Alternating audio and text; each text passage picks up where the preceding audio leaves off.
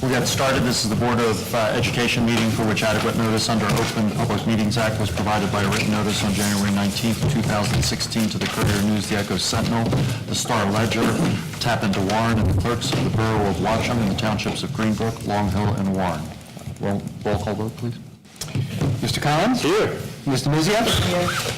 Mr. Fallon? Yes. Mr. Falzarano? Here. Mrs. Spector? Here. Mr. Hunsinger? Here. Mr. Martins? Here. Mr. Massabatista? Here. Mr. Morris? Here. Dr. Shabilsky? Here. This is complete, by the way. You notice, wow, it's been a while, huh? I pledge allegiance to the flag of the United States of America and to the republic for which it stands, one nation, under God, indivisible, with liberty and justice for all. In accordance with the provisions of the New Jersey Open Public Meetings Act, be it hereby resolved that the board move into executive session for the purpose of discussing a WHREA grievance, the CSA contract, and confidential personnel matters, after which action may be taken. It is expected that the matters discussed in executive session will be made public as soon as the need for confidentiality no longer exists. Motion to move into executive? Second. Thank you. So we're going to get started. Thanks for your patience. I'd like to invite Mr. Christopher Van Fleet to the podium for our student recognition of spring sports.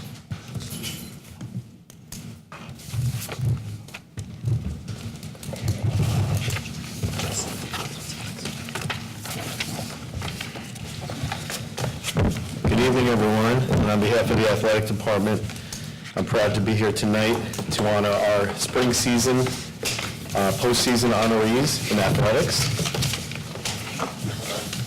And we'll begin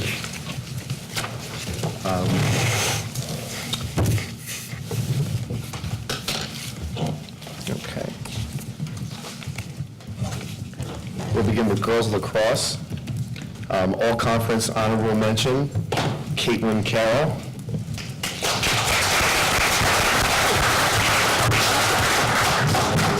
Mr. Van Vliet, our two student reps who are here for their first meeting of the year, Jordan Blitzer and Natalie Shabilsky, will help you distribute these certificates. Wonderful. Thank you, girl.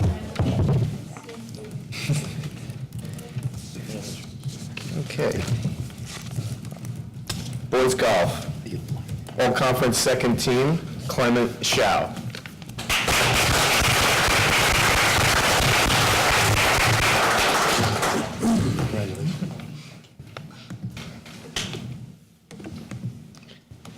Ultimate Frisbee, All-State First Team, Jesse Song.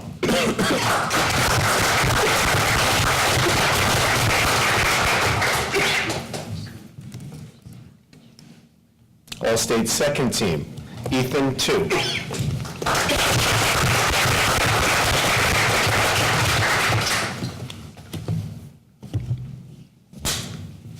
Spring Track. All conference honorable mention, Ryan Martins. Perhaps his father will accept on his behalf.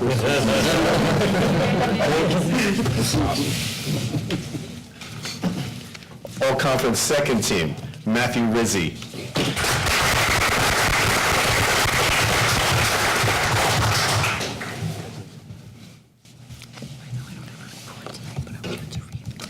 Girls track, all conference second team, Portia Jones.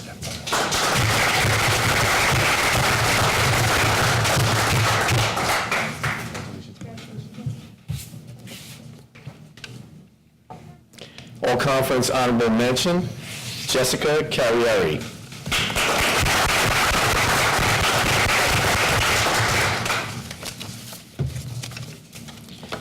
Softball. All area honorable mention and all state second team for Group 4, Isabella DeFinis.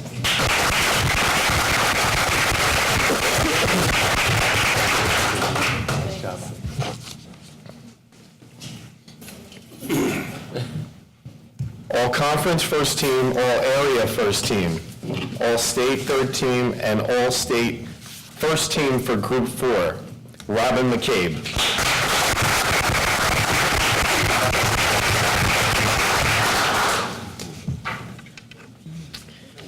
Baseball, All-Conference First Team, All-Area Second Team, Tyler Kolitz.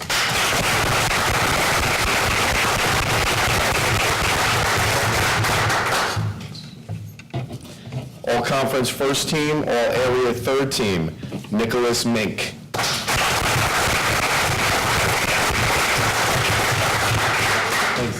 Good job. All-Conference Honorable Mention, Kevin Silvestri.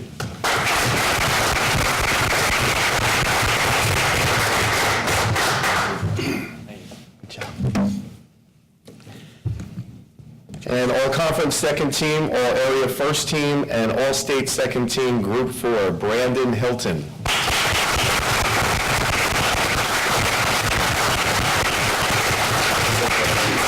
How about a round of applause for all of our spring 22 honorees? Thank you, everyone.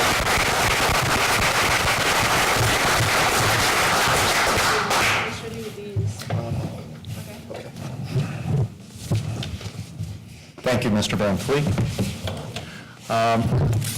Not on our agenda, but something that the board members were emailed about earlier this week by Ms. Jewett. She would like to read the Greenbrook proclamation.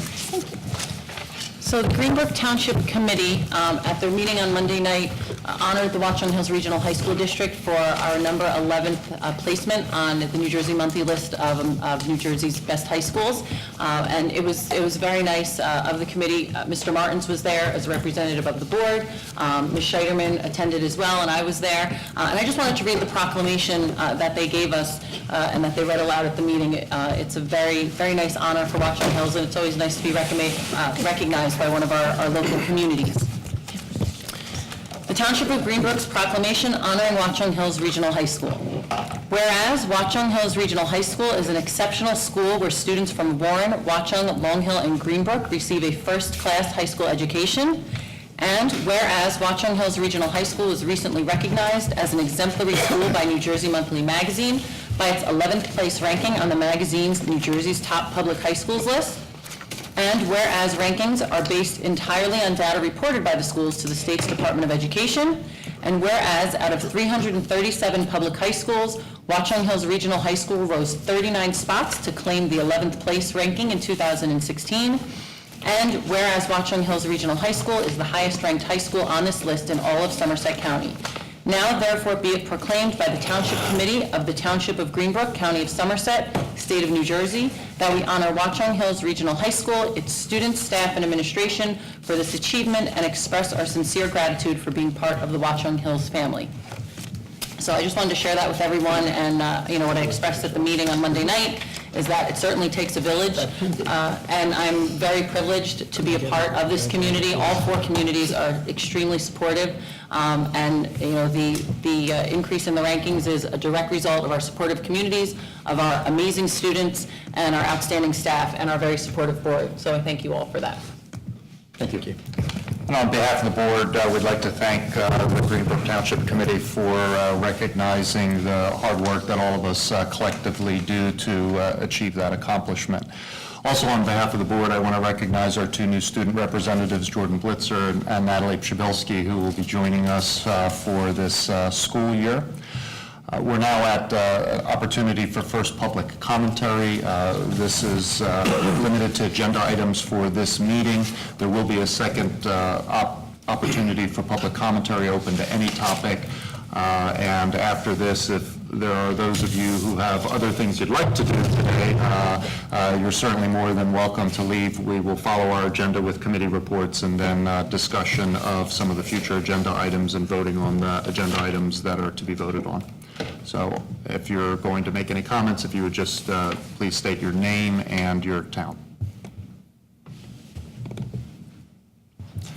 Seeing none, if you would like to take advantage of this as an exit time, this would be a great strategic time to do so. Congratulations to all of you. Thank you for coming. And grab a cookie on the way out. Thank you. Thank you so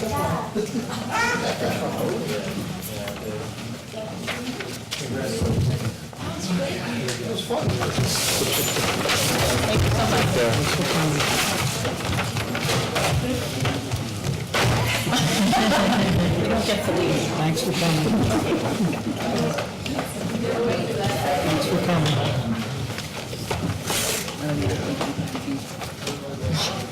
realize the Mets were such a draw.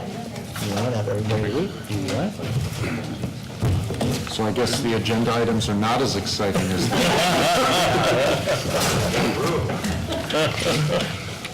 why don't we move to committee reports then? We'll start with education. The Education Committee met on September 28th. We discussed the 2 October professional development days. One day will be a day for articulation with the sending districts, and teachers will attend sessions at the high school and also at the Warren Middle School. There are teachers from our school which will be presenting at a number of these sessions, and we're hoping to encourage this conversations between our teachers and between our teachers, the sending district teachers, and there will be longer sessions to provide for these opportunities. The second day, our teachers will be here, and in the morning, they will be with their departments, and each supervisor has arranged for an expert to come in and speak to their teachers, and the expert was selected based on feedback from the teachers, so they indicated what they would like to hear about. We also spoke about the culinary arts room, some mold remediation going on in there now. The kitchen's 50 years old, and we do want to do an upgrade, which we hope to do in the summer, but no? Sorry, I didn't mean to cut you off, but we had an extensive conversation. I know, well, you know what, I know you got the details about what the work is going on now. I saw that on the agenda, I assume you'll talk about it, but the point of my statement is No, I to know. say that the students are meeting in a different kitchen, in the special services kitchen, that's where their classes are meeting to do their cooking, and that's just what I wanted to get out. Thank you. And I just want, well, can I also point out that some items will be placed, before we do a major renovation, there will be cabinets and... That's what we're going to get into the details on. All right, well, Updates. I just want to point out that the goal is cleanliness, so we're hoping to put in surfaces that will be clean. Okay. And efficiency and modernity. Yes, well, cleanliness, okay? I don't want to step on... Nope. Okay, now, October 18th, at our board meeting, we will have the State of the District presentations, and we will have our supervisors attend, and each will give a 2 to 3 minute presentation, which will include highlights of the 2015-2016 school year, and also set forth their goals, which will be in line with the strategic plan. And also, we discussed going forward, I believe the board would like to hear from supervisors at meetings as we go forward. At the next meeting, we'll have everyone here. But I think going forward, as things come up within departments, they will come and speak to us about what's happening, until we can just keep up on what's going on. All right, and curriculum, I think you saw on the agenda, our next meeting, we will be approving some curriculum. Some are new, some are old. The rest, you can find them online. And I just want to point out that personal finance, that will also be offered online. So that will be a new curriculum. We have some students who will need to take it online because they're coming in from other districts. There's a small group of students who will need to kind of catch up and take this course online. And we're hoping to offer this course through a learning management system called Canvas. I think it's Canvas Free for Teachers is the formal name. And we had a presentation by Dan Twizzler, who is the supervisor of the math department. And I don't know if you're all familiar, right now we use Google Classroom. So he talked about using this Canvas along with Google Classroom, or perhaps someday just going right over to Canvas. And I'm just going to read you a few sentences about what Canvas is. So it offers the ability to see analytics of quizzes and assignments. It offers media recording to leave voice comments for the students or voice submissions by the students. Also, it offers us, parents can go on and see what their students are doing, which they cannot do with Google Classroom. And it also will integrate with Genesis, so you could just export grades and other things over to Genesis. So Mr. Twizzler's hoping to pilot this program of this year just for personal finance. The content is provided solely by the teachers. It could include videos and notes, that type of thing. And there is a cost. It would be an initial $5,000 investment for the infrastructure, and then an $8 per user, which would be either a teacher or a student per year. So he's hoping to get that going this year for these students to take personal finance. He also talked about extending the use to teachers who maybe want to go beyond Google Classroom and put this Canvas to use. And I think if we're going to do that, it has to be structured more. I don't know if, instead of like a free-for-all, whoever wants to sign up, I don't really know what the administration has in mind, but instead of just whoever, if we're not going to use it, we shouldn't be paying for it. I think there has to be some plan, who's using it and why they're using it. Well, we don't pay per student, we pay for the whole subscription. Well, So, and we're definitely going to be using it for I'm personal told per finance. user, I mean, that's what he says right here, is per user. $5,000 and then $8 per user. I'm not entirely sure of the details, but that's the whole thing, is we wouldn't be paying for the users unless they're actually using it, so. And so Well, right that's now, what I we're mean, just right, so if piloting. this teacher right, just for personal finance, but I think if we want to expand it to other teachers, it has yes. to be more of a plan. I think this year, the intent is just to use it for personal Yes. finance as a pilot. And with personal finance, it would be a pass-fail grade online, and as if the content is just all from the teachers, all the high school content. And one thing I thought was interesting also, the data that's acquired by the software will show what a student is weak in, and then will direct that student to other materials to strengthen their knowledge in that area, such as YouTube videos. So I don't know if this is something that the board wants to discuss, but it's not a huge investment, but it is something, and we do have Google Classroom, but there are some advantages, as I hopefully pointed out, to using Canvas over Google Classroom. My opinion is to invest in it for the pilot, and I don't know if Barry has anything he wants to say about it. Well, the $5,000 investment is a perpetual license. Right. You buy it once, you're done. The only thing that gets renewed is the $8 Per year. student or teacher per year license. So, once you have it, you might as well try to put it to use as often as you can, because you already got a $5,000 investment. But it's not an investment that you have to keep ramping up and making over and over and over. So even if you only use it in the future for online personal finance, it kind of makes it worth it. Because I think you could pay an actual online company more to renew, to do these programs every year, and we wouldn't have any control over the content or the testing, so, and I'm sure we could find other uses for it.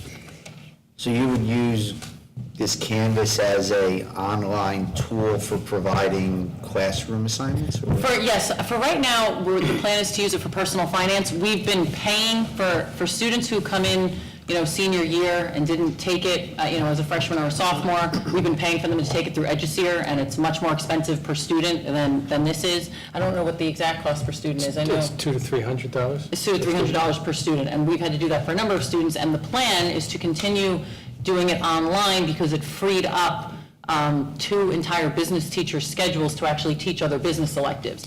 And this way, it frees up students' schedules, so they do it online, on their own, rather than it filling up a space in their schedule.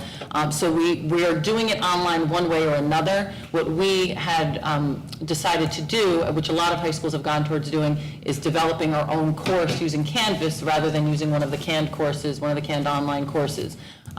So that's the advantage of it. So now that we have it for personal finance, the conversation extended to, there's some teachers who would be interested in using this in their courses, but we're still in the very beginning phases of that, as Lisa mentioned. So in a way, it's almost like using it in 2 ways, where it will one way it will supplement the coursework, I guess what Google Classroom is doing now, and then in the other case, it'll be the only provider, such as with personal finance, will be the only provider of content of the course. And I think the best feature of it is it's controlled by our teachers. Everything, the course, the layout, and the testing. So you don't have some uninterested party, you know. So could this be expanded to, in the future, as the high school maybe looks to reallocate resources and maybe cannot offer some programs, that we can offer programs through Yes. this Canvas think so. classroom, in other And words? I think, if I'm not mistaken, down the road, it could also become a replacement for textbooks. We Yes, discussed that. there are a lot of Okay. possibilities with So that. there's a lot that could move forward with this, and if you're going to start replacing textbooks, it's going to pay for itself very quickly. Okay. So if it's okay, I guess the administration will just go ahead and get this going. To get- Any objection? and get these kids, have them do their personal finance. Yeah, because we course. actually, what's nice is, this is our last year before we will have, all of the juniors and seniors this year took it as a course, but we do have students moving into the district, or, you know, who have not completed the requirements, so what's nice is we can test it out with a small group of students to work out any of the glitches or issues before we roll it out with an entire class next year, which is nice. Okay, and that's the end of my report. But you did a very nice job with all of that. Thank you very much. Any questions for Ms. Demizio?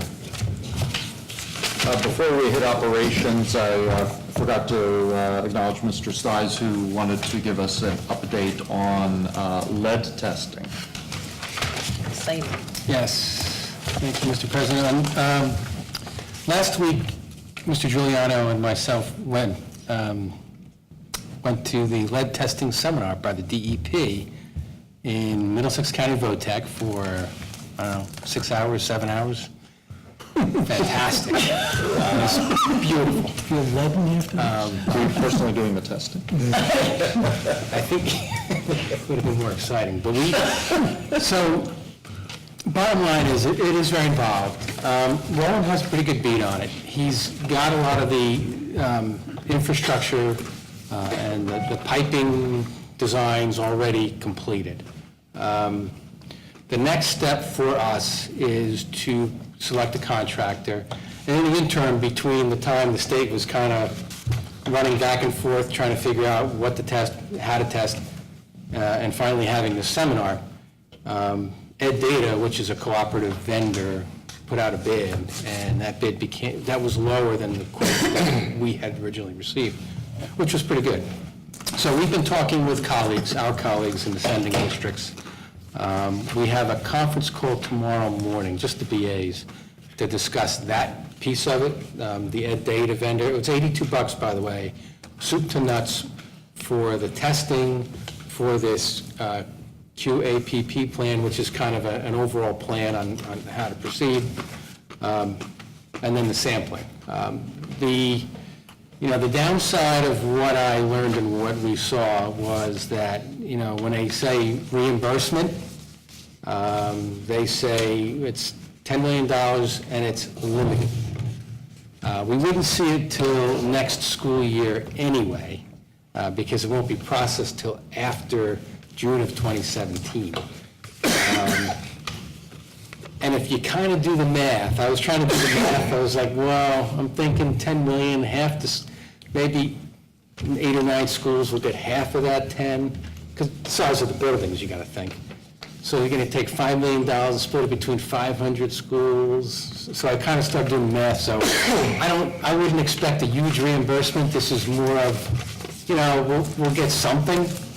We're thinking that the total cost is probably going to be in the 15 to 20 range, but an estimate at this point. 20,000. Yeah, because we have to do a plan, which is, what's it called? It's a plan of all the pipes that go through the building, a plumbing profile. So we have to do that, which is an architectural plan. We have to sample all the items, and the sampling part was tricky. When you sample, you have to have at least 8 hours of the water not running. And I was talking to Bob on the way in. we have items here that are motion sensors, so we got to make sure no one's in a building for 8 hours, which is almost impossible in a high school. So that's going to be a trick, so we got to figure out to do this on the weekend too. But essentially, what we're going to do is we're going to come to an agreement with our sendings. We're going to probably try to go with the same vendor if we can, because some of them may not be in the same co-op. And then we're going to just compare plans. We're going to all test the same things, and what we're intending to test are all the drinking areas, all the food areas, which is according to code, and at least one sink or faucet, in the bathrooms in each of the places, because students could drink from there. And that's something that the DEP kind of laid out to us. So prior to us getting started, we notify the public, we will tell them, and then once the tests are done, we will notify the public of that. And that's about it. Are they only testing for lead? Yeah, this is specifically a lead test. Any other Is there questions something for else you Mr. were looking at? Stas? Well, I'm not going to bring that up now. Yeah, well, has the state ever come out and said what has to be tested? Yeah, they have strict guidelines on exactly what you're testing, and then the percentages, and I don't know the percentages, Roland would probably know them better, but they did lower that for this test. That recent legislation, it actually dropped the acceptable level of lead a little lower. It's 15 parts per billion.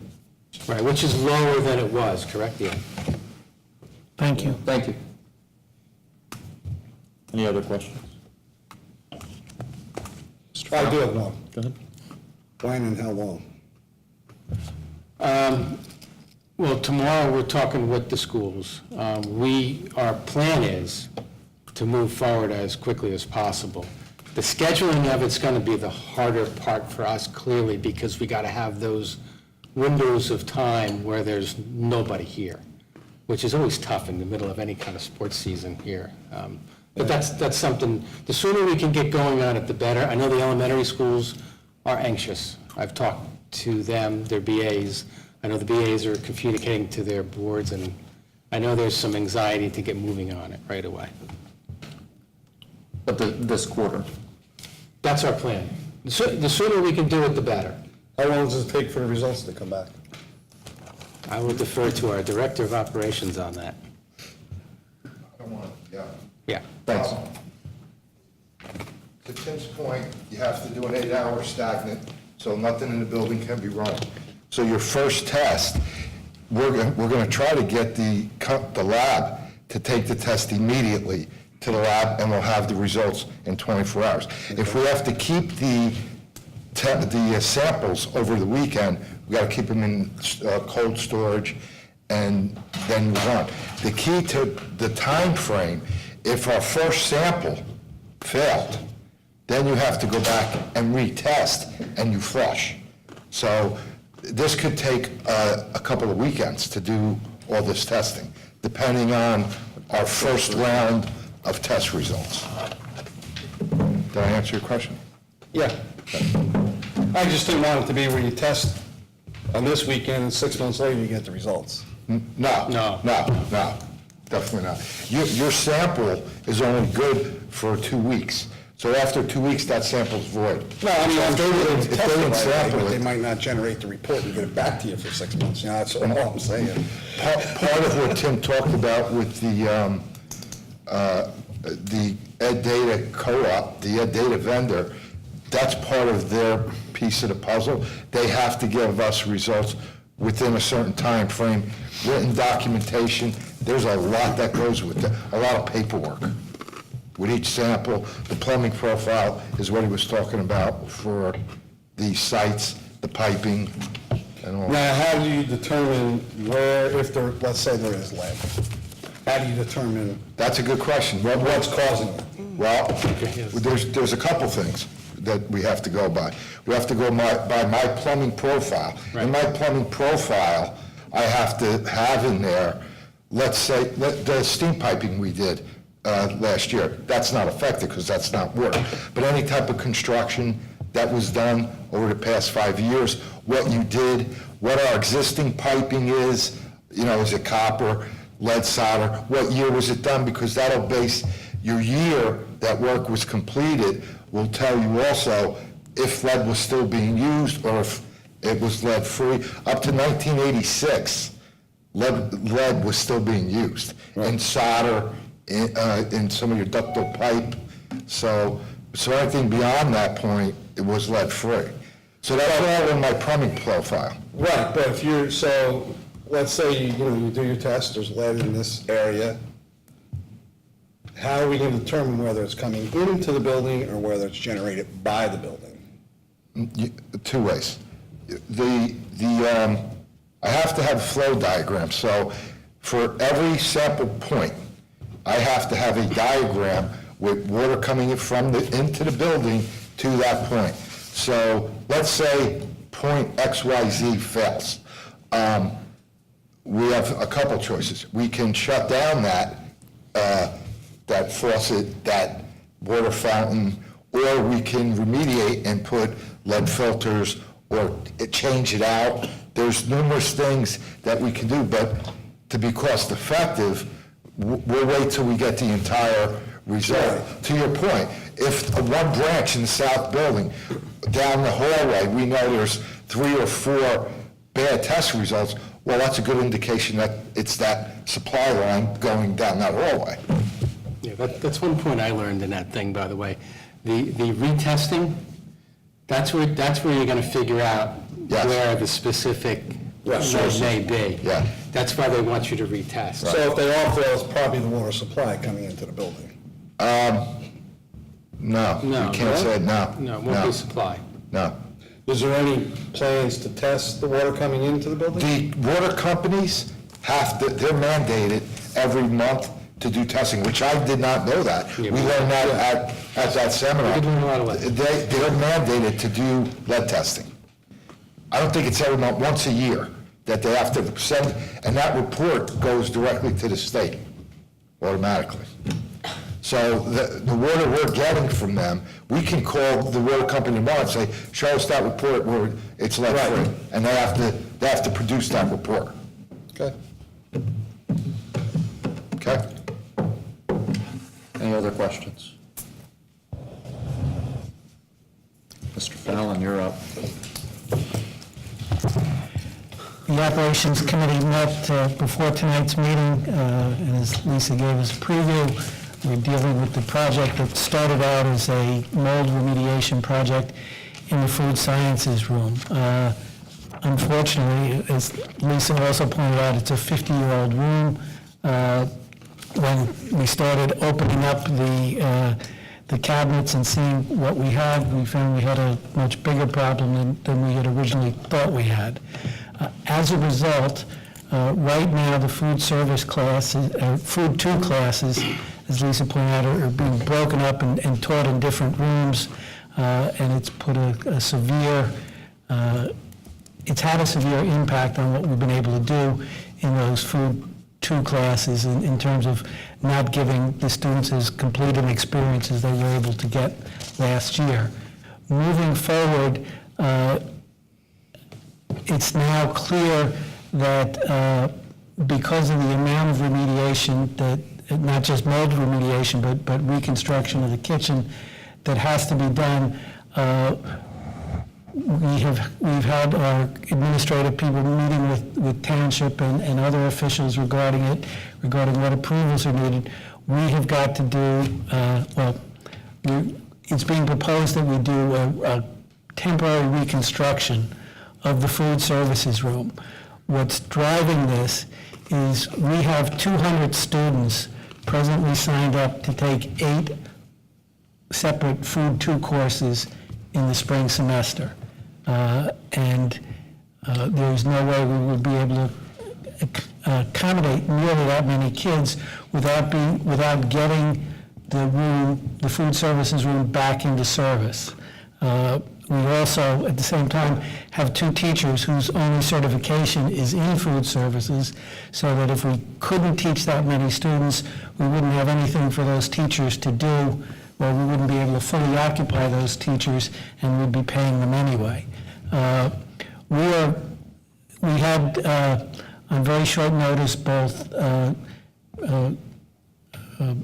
Mary Ellen Farron come in and Don Fiore come in to talk to us at the Operations Committee about the alternatives. Mary, we don't have complete information.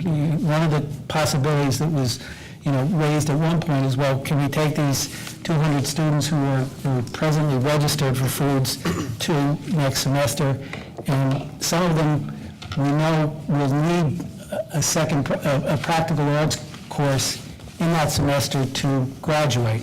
We don't, at this point, yet know how many of them. We don't know whether some of them could be shifted to another practical arts like woodworking or something.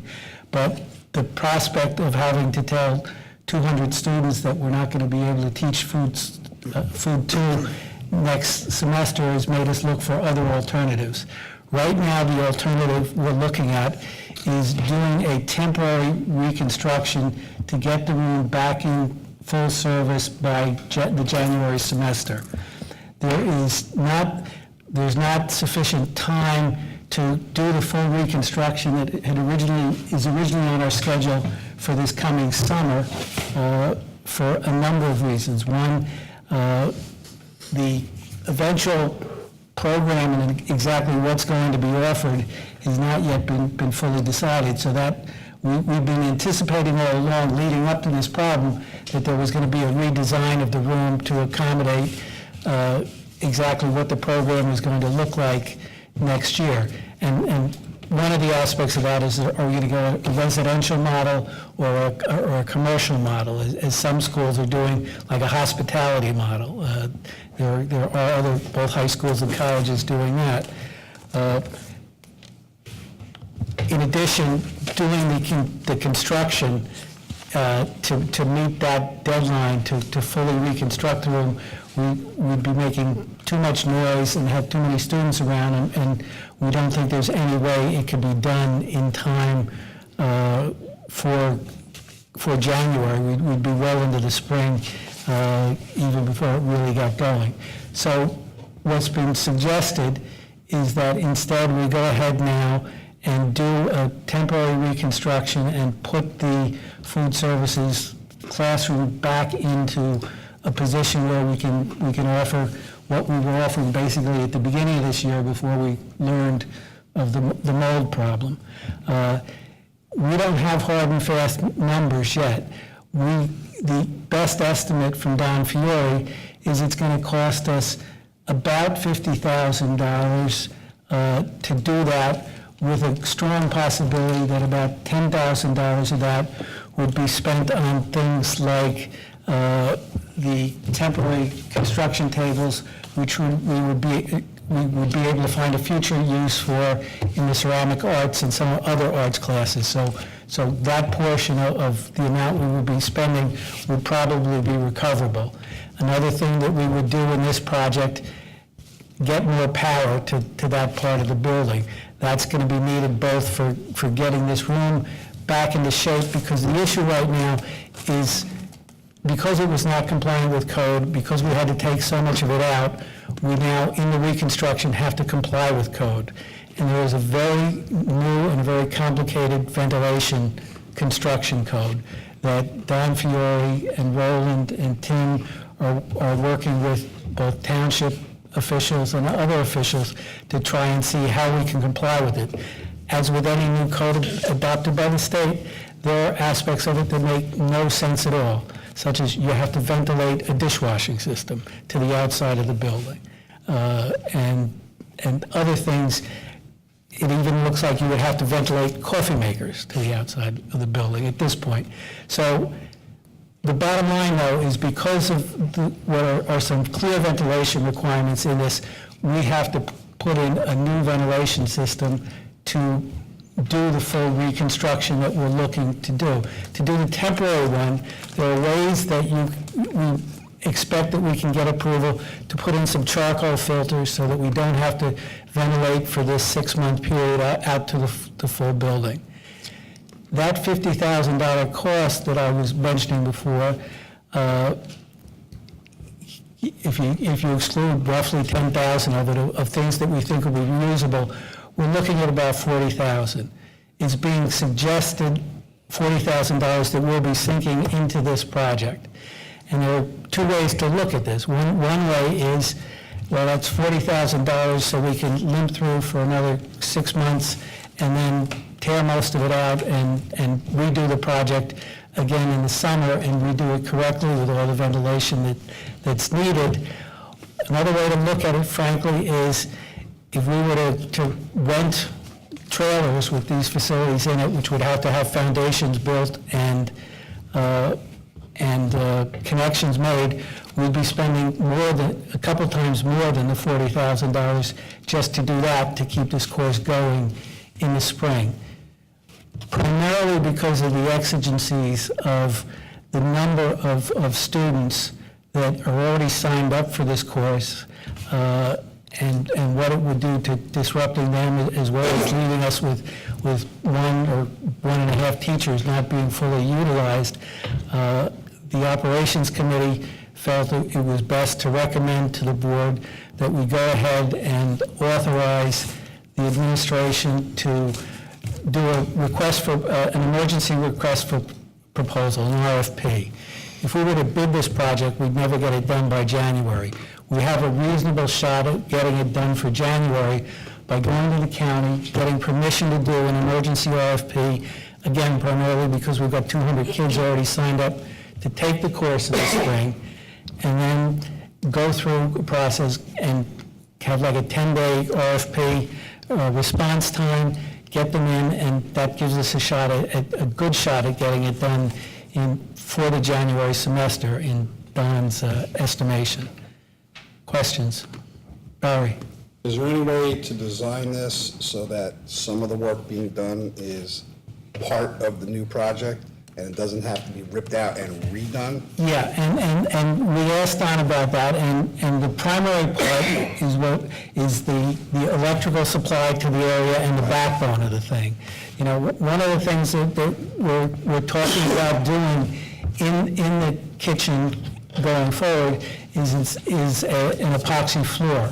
But if we put in an epoxy floor now, very durable, and then 6 months from now have to cut it up because we've got new penetrations that have to be made for the new equipment, that's very detrimental and would have made the investment in the epoxy floor basically a waste of money.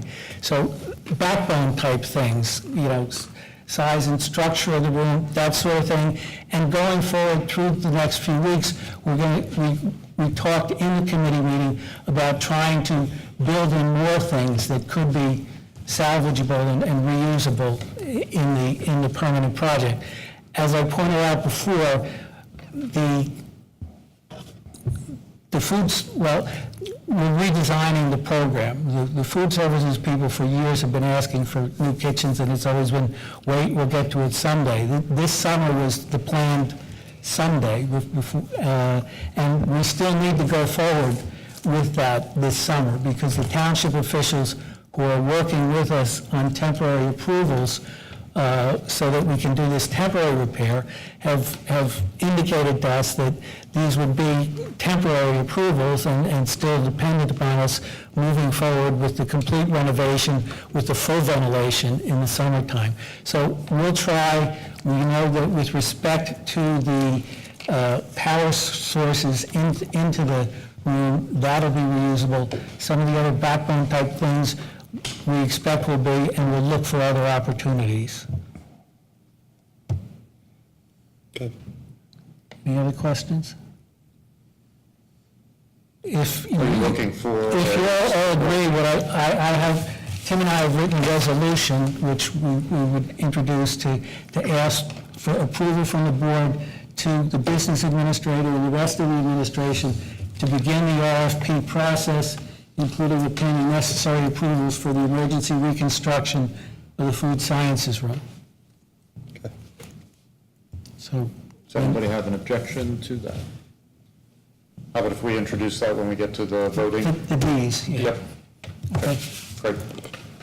And other operations? Briefly, also on operations, We have a resolution on for tonight regarding the Mountain Avenue field. I was just going to ask that. We have had recommendations both from the contractor, and it's been discussed with some of our grounds people, that it's likely we would have better root growth when the field is put in if there's, instead of 6 inches of fill on top of the geotex fabric, a full 12 inches of fill.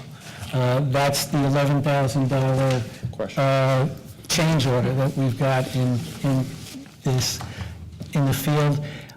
So that's one aspect. There's a second aspect, and that is the way the specs on this project were written. It is the contractor who has the responsibility to grow the grass for basically the whole first year until it's usable in the fall of 2017. They've come back and asked about the possibility of putting in a sprinkler system so they don't have to come back with trucks of water every dry spell and keep watering the field. Are they paying for it? Yes. Their proposal is that they would pay, and to which our response has been, pay for that and a bigger pump if a bigger pump is necessary. They can use the water underneath the field. Well, you still need to pump it up, as you know, Barry. But they've made a proposal. We want to make sure that they're not just throwing in any sort of sprinkler system that they think would be okay. So we're going to be telling them it will have to be passed upon by our engineers as an adequate system, and then we would agree to them doing that at their expense. Didn't the engineer that designed this know that grass grows better in a foot of soil rather than 6 inches? Well, I think he knew that it does grow better, and it was a question of cost and trade-offs, and he thought that with 6 inches it would be enough that it could grow. Now that people who are involved in growing grass are looking at it, they're suggesting more. Didn't they bother to ask? No, it was a choice, Barry. It's an additional cost. They stand by the fact that they feel 6 inches is enough, the engineer does. Our folks felt a little differently, and our decision, in we're presenting you, is that we believe that the 12 inches, I mean, logically speaking, deeper root growth is going to be better. Right. But there's a cost, so it's 16 additional inches. I just have Lisa? another question on the kitchen, the remediation costs, and our future action items, D5, does that set forth, I assume that is the kitchen, and is that the total of the? No, we also have, we've already spent money for the contractor that's done remediation. Tim? Yeah, we had 3 emergency POs issued, so the orders are already out there. The first one was Rapid Recover, who essentially removed the cabinets and got rid of the mold, abated the mold. We also had to get a HERA, who's our environmental consultant out here, to look at both the mold and the floor tiles, and then test air samples and whatnot. And then the third thing is to have, actually past tense, to have the floor tiles removed because they did come up a small percentage of asbestos. So they were removed. Those were emergency projects. That particular resolution is an authorization to pay them. That's essentially. And we're also going to be making an insurance claim. That's what I was With just gonna respect- Which we have already. With respect to those amounts. We'll also seek in the insurance claim to see what we can get from the project for reconstructing. We may not get, we won't get all of it, but we may get something additional back. We're hoping, those 3 amounts, I think, were $13,000, $7,000, and $4,000. So that's like $24,000 total. That's the part of our insurance claim that's already gone in. And the adjuster was already here. They came quickly, and they reviewed and took pictures and whatnot. If you have to remediate something and you have to meet a changed code, does that get you more insurance money? Usually not. It's a good question, though. It's worth, I mean, I already have it on my list to do, to ask that If you question. all of a sudden, to do this, you have to do this, you know?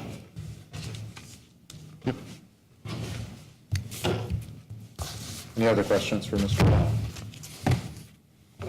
That it? Yes. Appreciate it, thank you very much. Before we hit board discussion items, I just wanted to recognize Mr. Morrison, who's going to be the keynote speaker of the 2016 Art Educators Annual Conference, and we wish you good luck and well with that. Thanks. First on our board discussion are our future agenda items. Is there any specific item or items that someone would like to bring up for discussion to start? Well, I had mentioned offline to Tim, one of the things we're going to be approving next week is or next meeting, excuse me, is the rental of the pool, and he had some figures, and I just asked that when we come back and do that at the next meeting, we have sort of an estimate of the total of what that would be for the season. That's all. I also have questions about some of these items. A12, students that are going to Whrhs, the Wakesman Institute, is that a science fair? I was wondering what kind of event that was, that they will be presenting scientific research? Yeah, I believe that's one. The Waxman Institute in the past was, our students went several times, and used to be able It's 3 or 4 times. yeah, and did research and experiments there with some input from the Waxman staff, and then led to production of posters, which they then went and presented. Science. Oh, all right, so they're doing the work there. With the- That's what it's been in the past. When my daughter was in it, that's what it was. And also, hold on, the Challenge Day, which you've been doing for a number of years, I wonder if you could just say a few words about that. And also, I was just wondering, was it B12, what the Consent 101 speaker is, and 13, Sergeant Thomas Rich Assembly. Those 3 things. No, I'm sorry, these are on the So approval? These are, no. Future. Which number? D8. Oh, D. 8, 9, 10, we got a 11, host about Challenge Day, and then 12 and 13. We have a host of donations. Right. And these are all, and Beth, I don't know if you have more information on these specifically, but these are donations that we generally get every year to support Challenge Day, and they work in concert with our student assistance counselor. There used to be 2 So- days or more, so now it's 1 day, and I'm just wondering, like, what's going to be happening? So a lot of these, the Consent 101 speaker, that's actually not related to Challenge Day, that was in the freshman health classes, that was, the Municipal Alliance sponsored that, I actually met the speaker when she was here, I want to say it was last week. She spoke to all the freshman health classes, and it's about giving consent, for young students as they start to enter the dating world. So they had a speaker talk to them about that. In terms of Challenge Day, that is, I've actually only been, it's kind of funny, I feel like it's like Fight Club, what happens in Challenge Day stays in Challenge Day. So what I can speak to about it is that it's, we have a number of staff members and a number of students that participate. Have either of you participated in it? Okay, and it's really just, it's an opportunity for the students to, I know a lot of it is some of it has to do with self-esteem building, also, just being able to share and reflect upon experiences that you've had, and learn, finding healthy ways to deal with some, the stressful things that our students, in addition to the stress they have from school, they have a lot going on in their personal lives and outside of here. So I believe that they also, provide opportunities for them and tools for them to use in terms of how to improve their own wellness and their mental health and their ability to deal with the things that may come. I don't know if you have anything to add on what has talked, and, if anyone else here has anything else to speak on. My daughter went through Challenge Day, and she said it was one of the best things she ever did at this high school. And she, she liked the school, but Challenge Day was awesome. That's the best, without going into detail, because she wasn't real forthcoming with a lot of detail, But Challenge Day was amazing.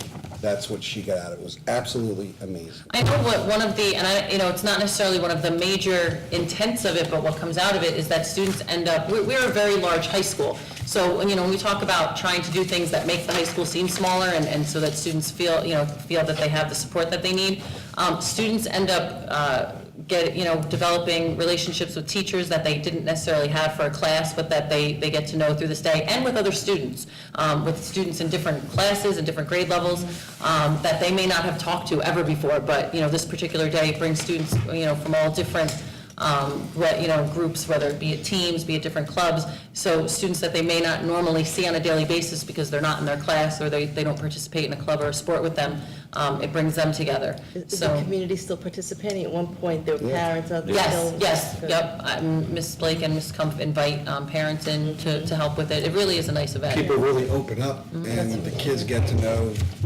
things about other people and students that they had no concept of, and it really made a difference, so. Absolutely. Lisa, I can also address the portion of your question about the donations from the Youth Services Commission. It wasn't about the donation. Okay. I was asking, I just wanted The programs. to know what was going on with Challenge Day, and then separately, the Consent 101 speaker, and thirdly, the Sergeant Thomas Rich Assembly. I'm not familiar with that either. Does everybody know what that is? That one I have to get more information on that one. Okay. Yeah, I can get more information on that one and send that out to you. Thank you, Bob. Yeah, I think it's. Oh, I can find that out and send it to you. Kathy's been arranging things like PSAT Day, so there's speakers coming in. Oh, yes, and that one is, I think that's a new one for this year. Yeah. Because we have, that's for the ninth graders, it's on the PSAT day, where the 10th and 11th graders will take the PSAT, the seniors come in late, so that's for the freshmen, so that's new this year, so I'll find out exactly what that's about, just so I can let the board know. Okay. Just on the resolution for participation in sustainable jersey for schools, two quick points. One, for the board members that will be at the School Boards Association convention at the end of the month, there will be a significant setup that they have down there regarding sustainable jersey, plus they also have the award ceremony for schools that are getting certification. So while you're there, I would urge you to at least, maybe stop by the pavilion where they have the Sustainable New Jersey information, so you can get, more up to date on that particular program. And then the second item is, have you had any conversations with Laura Mandel in Warren Township? We have, so Kathy Haynes, who is she's our environmental science teacher and the teacher here who works with the students on those initiatives. She, Roland Giuliano and Kathy and I have already talked quite a bit, but we're putting together the green team, and she's basically acting as our liaison to the townships. So we have the liaison in Warren, and we are actually talking about how we can get communication with the other townships. And I believe that I'm not sure, so Roland, I don't know if you're aware of this, if the Warren green team also is for the other towns, or is that just for Warren? First, we probably are going to use Laura Mandel. Kathy reached out to Laura as a ad hoc to our team. So she's going to be able to give us enormous amount of input on what she's done over the past 10 years with sustainability. That's our goal, to be certified for NJ sustainability. But we will be getting, we're actually going to have a meeting once we have our team. We're going to have our meeting, then from there, we're going to probably meet with the different townships to see what they've done and because we do a lot of things together with them that no one even realizes. Right. So to answer that question, yes. We've been participating in the webinars, and we did one last week. There's 2 more, so we wanted to wait to have the first meeting with the green team until we had sat through all of the webinars. They're actually, the first one was very informative on the process. Yeah. And I'm looking forward to Very see good. what we can get down at school boards. And the other thing that's interesting is that over the past several years, they've actually been increasing the amount of grant funds that they're making available to Yes. schools. They're getting a tremendous amount of support from a lot of the energy companies and other companies, and those funds go, it doesn't matter what type of school you are, they're available to any school. So there's, an additional pot of resources out there to us to use to apply to whatever type of projects we may need to. That also ties into our ESET program that Tim and I are working on, which is our energy audit Yep. and different things we can do in the school for energy. So that all meshes together. And with that, our third webinar, Liz, is some of that's with the Yep. grants. Yeah. And what money is available. Thank you. The webinars are posted online afterward if anyone is very interested in watching them. Any other questions or comments about next meeting's agenda items? Seeing none, future discussion items?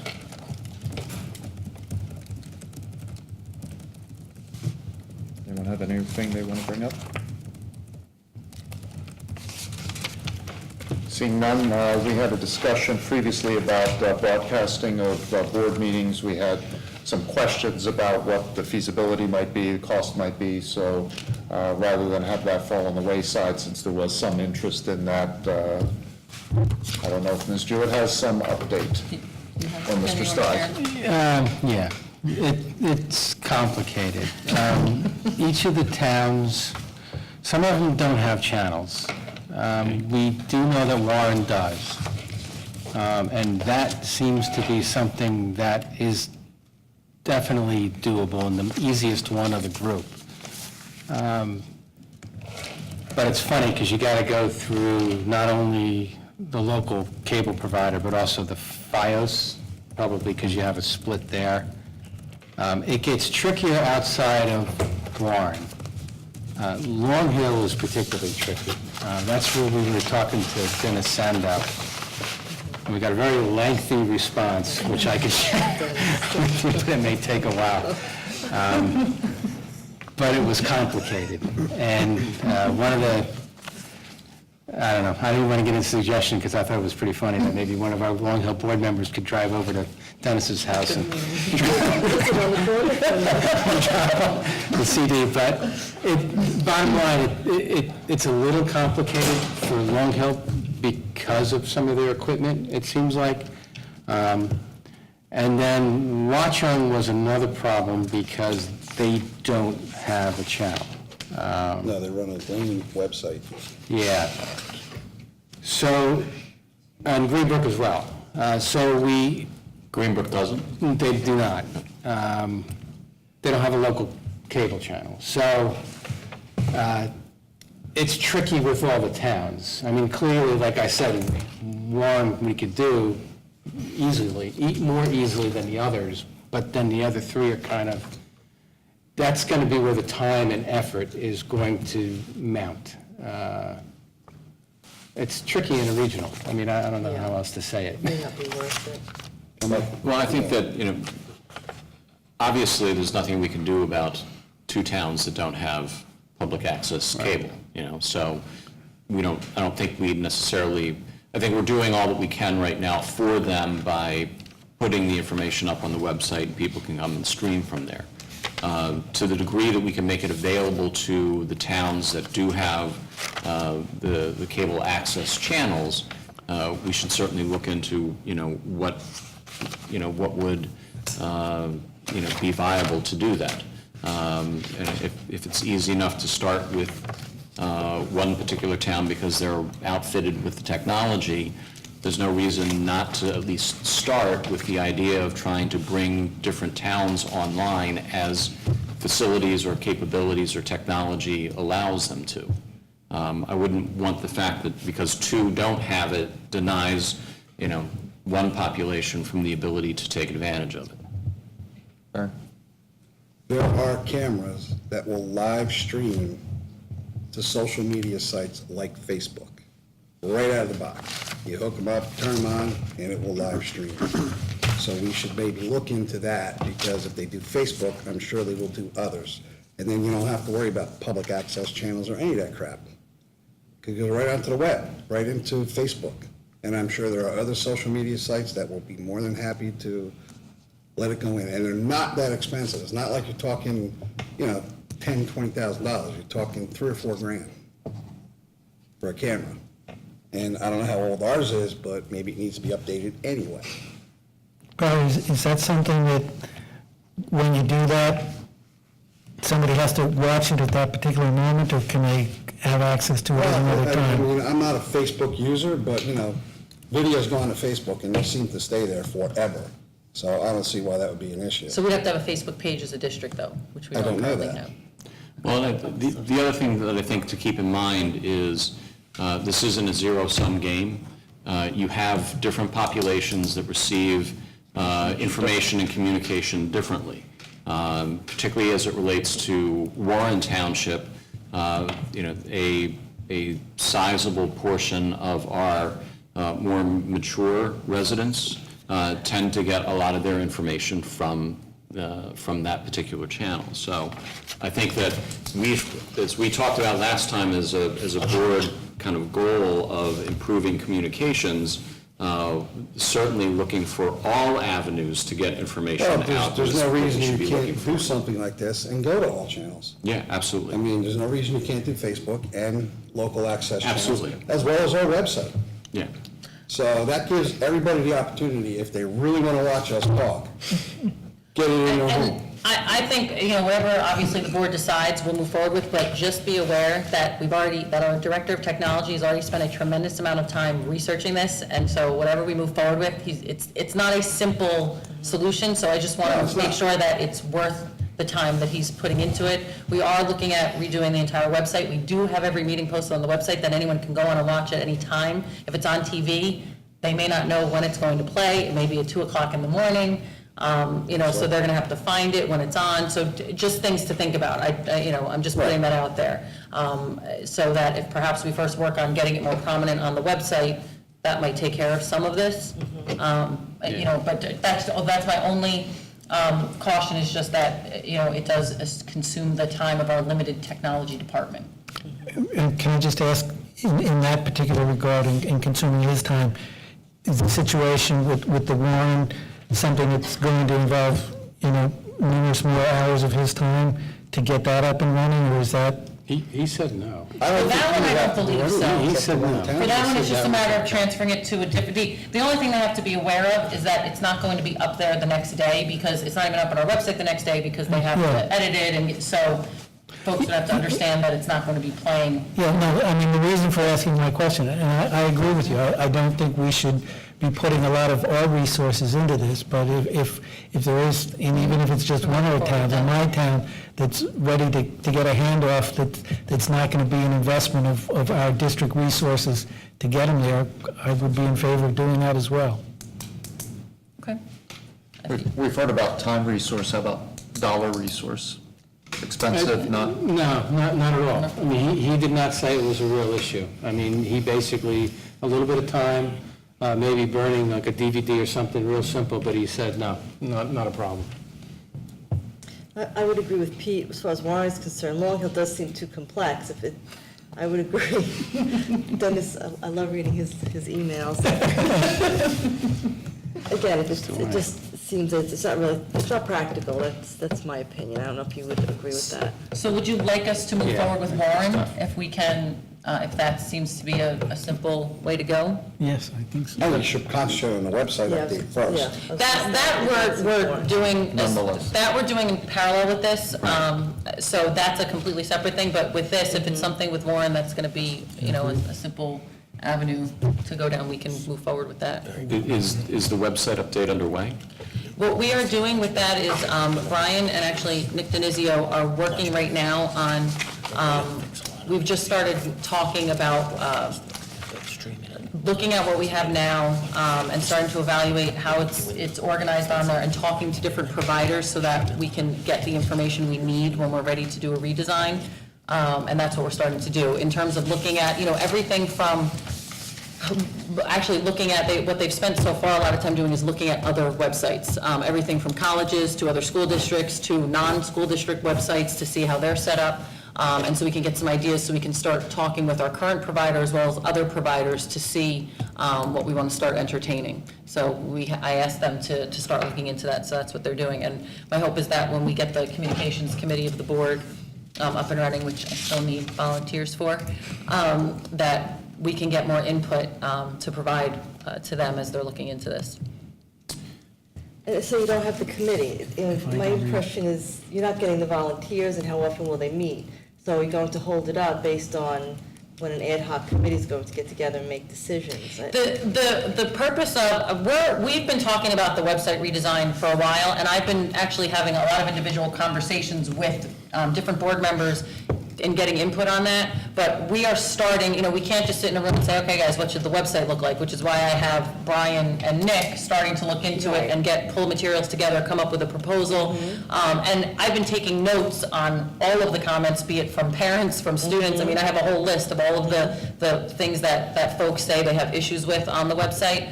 And the other piece is we probably, it was before I was in the district, it was probably 7 to 10 years ago when we first went to School Wires.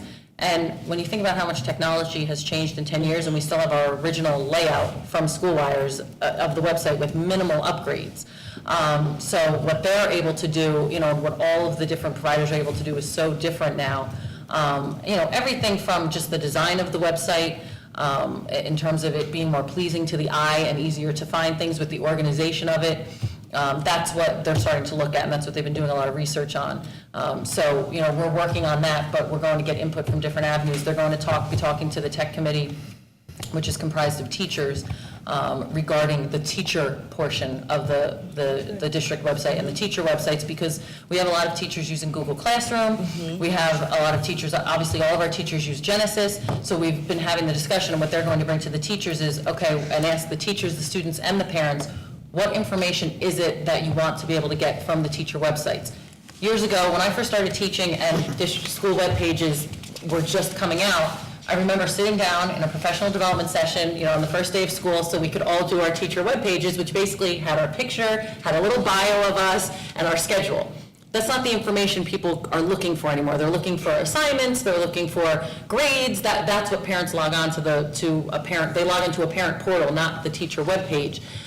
So that's why, we want to get feedback from all of those different groups of what information is it that they find essential. Right now on our website, we don't have for parents, for students, for faculty. We have drop-down menus that say faculty, students and parents, but we don't easily direct people to the information that they want based on the group that they're in. Because generally when parents are coming to the website, there's certain types of information that they're looking for. Same thing with students. So those are all the different things they've been talking about. Like I said, they've started that, but the plan is to get a lot of input from the public, from the teachers, and from the board in terms of, just the things that you guys have noticed when you go on there. And obviously for the board portion of the website, we'll talk about that as well and how we want to reorganize that. Luckily, Nick's here tonight, which is nice. So as I'm talking about him, at least I'm doing it in front of him. But Nick is his degree is in filmmaking. So he's already been helping with us making a lot of videos to promote different activities and different events occurring in the school. And so I've been talking to him as well about how we can utilize the website to showcase more of that. Because people will come to the website if we're putting new information up there continuously that is, that they want to view. If it's just going to be the same thing on the homepage, people aren't going to come to it. They're not going to use that as their resource for information. So we've been talking about things like that. We're actually meeting with one of the realtors next week as they are looking to put something together for the community. So we're meeting with one to begin with, and hopefully can develop something that perhaps we can give out to all of the realtors about the school, and also get feedback from them on what they hear from the community in terms of the information that they're looking for on the school. So we're trying to get get feedback from all different stakeholders and all different groups to figure out how to put the information together in the best way for the different groups that are going to be accessing it. So we started discussing this over the summer, and Nick and Brian have been doing a ton of research on this so far. So I'm excited about it.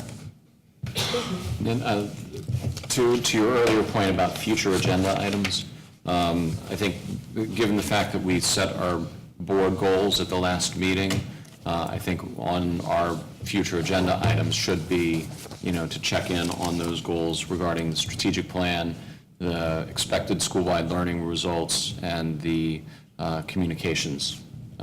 So at least we're always checking in on those items as we're moving throughout the year.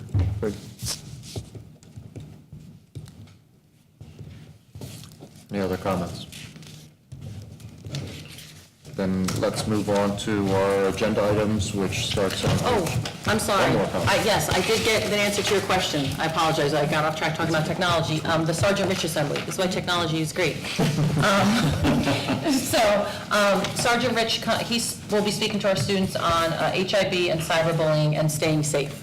So that was the quick response from Ms. Angelastro. So if you want any more updated information, I can get that. But the Municipal Alliance shares the cost with us, which is very nice. So that will be provided for our ninth grade students. Sorry, now you may continue.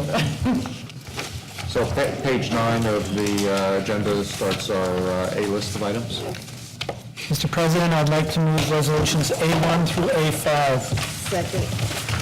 Would anybody like to pull something for separate discussion or separate vote? Seeing none, roll call vote, please. Ms. Denizio? Yes. Mr. Fallon? Yes. Ms. Spector? Yes. Mr. Hunsinger? Yes. Mr. Martins? Yes. Mr. Mattatista? Yes. Mr. Morrison? Yes. Dr. Shabilsky? Yes. Okay, motion's carried. Mr. President, I'd like to move resolutions A6 through A11. Second. Would anybody like to pull anything for separate discussion or separate vote? Seeing none, roll call vote, please. Ms. Denizio? Yes. Ms. Fallon? Yes. Mrs. Spector? Yes. Mr. Hunsinger? Yes. Mr. Mattatista? Yes. Mr. Morrison? Yes. And Dr. Shabilsky? Yes. Motion's carried. Mr. President, I'd like to move resolutions C1 through C5. C5 is the walk-in item, separate from the previously printed. Would anybody like to pull anything for separate discussion or separate vote? I have a comment on Please. C3. In C3, the board will be increasing the rate for football crowd control worker from $45 to $90 per football game. And I believe each worker will be working 3 to 4 hours, and there'll be, I think we'll hire 4 to 5 per game. And I'm told that that's necessary in order to attract good people to perform this function. I just want to point out that our substitute teachers who work a 6-hour day are paid $70 to $100, depending on how many days they work. I guess if they start out at 70 and work their way up to 100. So I just... 80. They said 80. I'm sorry, $80. And I'm just hoping that that's sufficient to attract qualified substitute teachers. I just hope that, we remain competitive in that area also. Yeah, I don't disagree with any of that, Lisa, except for the fact that what we were told was that the rate, I thought, was necessary, not necessarily to attract good people, but people who are familiar by face with our students, so that the students can be identified. Well, it was said that way in the meeting. Right, plus, you're talking, the substitute teachers, nothing against them, because I think it's a tough job, but they're inside during the day. These people are working outside at night in all weather. You're missing my point. I'm not saying No, they shouldn't be I understand paid your $90. I'm just saying we want to be competitive there, attract people who know our students. And I'm just saying with substitute teachers, and we don't want someone who's just going to sit there all day and just ignore the kids. In order to have good teachers, we want to pay them enough to, because I'm told by people it's not even worth it for them to come in for $80 a day. So I'm just making the point that it's important to pay enough to bring in good people to substitute teach. And I agree completely, and if it needs to be looked at, one of the things I've heard, concerns about some of our pre-calc substitute teachers this year, and I know the administration is already looking into that issue, but I think going forward, I think the administration should know that a number of us on the board would support, changing that if it's necessary to attract competent substitute teachers. These are two separate subjects, again, as we were talking about, coach and equipment person, two separate jobs. These are also two important, not refuting what you're saying, but I'm saying they're two different problems that we have to be aware of. Just as a point of clarification, a daily substitute rate is very different than when we have a long-term leave replacement. That's on the salary guide, just to make But it again, you have someone who's out for like a 3 or 4 day illness. No, but at least I'm not disagreeing with what you're saying. My 6th grader, and right. Yeah, I'm absolutely not disagreeing with what you're saying. I completely agree with that. I just wanted to make sure that everyone was clear on that. Thank you. Any other comments or pulling for a separate vote, the C items? Seeing none, roll call vote, please. Excuse me, Mr. Mizio? Yes. Mr. Fallon? Yes. Mrs. Spector? Yes. Mr. Hunsinger? Yes. Mr. Martin? Yes. Mr. Master Batista? Yes. Mr. Morrison? Yes. Dr. Shabilsky? Yes. Okay, motion carried. Mr. President, I would first like to make a motion to add a new walk-on item D4 to our agenda, and I will read the resolution. Resolved upon the recommendation of the superintendent, the board authorizes the business administrator and the administration to begin the RFP process, including obtaining necessary approvals for the emergency reconstruction of the food services room, room 108, so that it can be used in the spring semester to teach the 200 students who have already registered to take 8 Foods 2 courses in the spring semester. There's a second. Second. We have to vote on that first. So, any questions, any comments? Roll call vote, please. We don't On need the a vote add-on to item of add it D4? to. Yeah, I was trying to figure out Bruce. So, yeah, I think Bruce would be voting on that Yeah, one. because Greenbrook students. Because Greenberg, yes, okay. Ms. DeMizio? Yes. Okay, Mr. Fallon? Yes. Ms. Spector? Yes. Mr. Hunsinger? Yes. Mr. Martins? Yes. Mr. Master Batista? Yes. Mr. Morrison? Yes. And Dr. Shabilsky? Yes. Okay, motion carries. Thank you. Mr. President, I would now like to move for approval resolutions D1 through D4. Second. Would anybody like to pull one of those for separate discussion, separate vote? Seeing none, roll call vote, please. Okay, Ms. DeMizio? Yes. Mr. Fallon? Yes. Mrs. Eckler? Yes. Mr. Hunsinger? Yes. Mr. Martins? Yes. Mr. Master Batista? Yes. Mr. Morrison? Yes. And Dr. Shabilsky? Yes. Okay, motion carries. Thank you very much. This is the second opportunity for public commentary. If anybody would like to speak, if you would just share your name and town that you're from. This can be regarding any item. Rita, introduce yourself.